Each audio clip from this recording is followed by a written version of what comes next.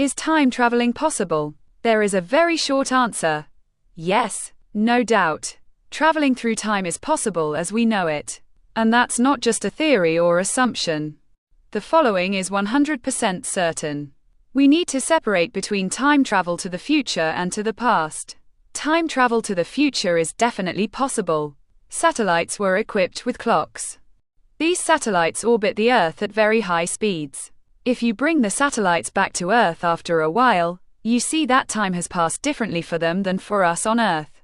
The clocks on the satellites run slightly slower, and we see that time has passed more slowly there than for us on Earth. That means the satellite is now a fraction of a second in the future when it returns to Earth. These numbers can be extrapolated.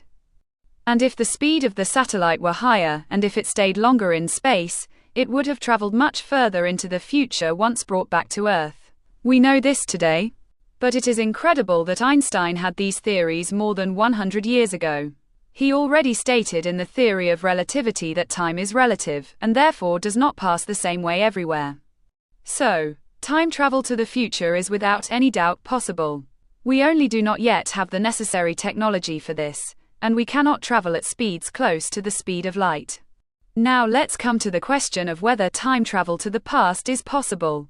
There are many very interesting theories about this, but as it seems, it is very unlikely. However, what definitely is possible, and this is again no theory, is looking into the past.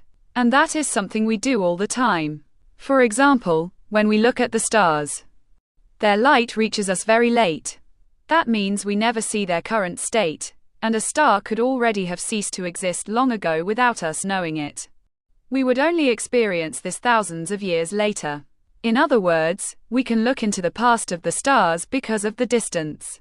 Even if the sun, for example, were to suddenly disappear right now, we would not notice it.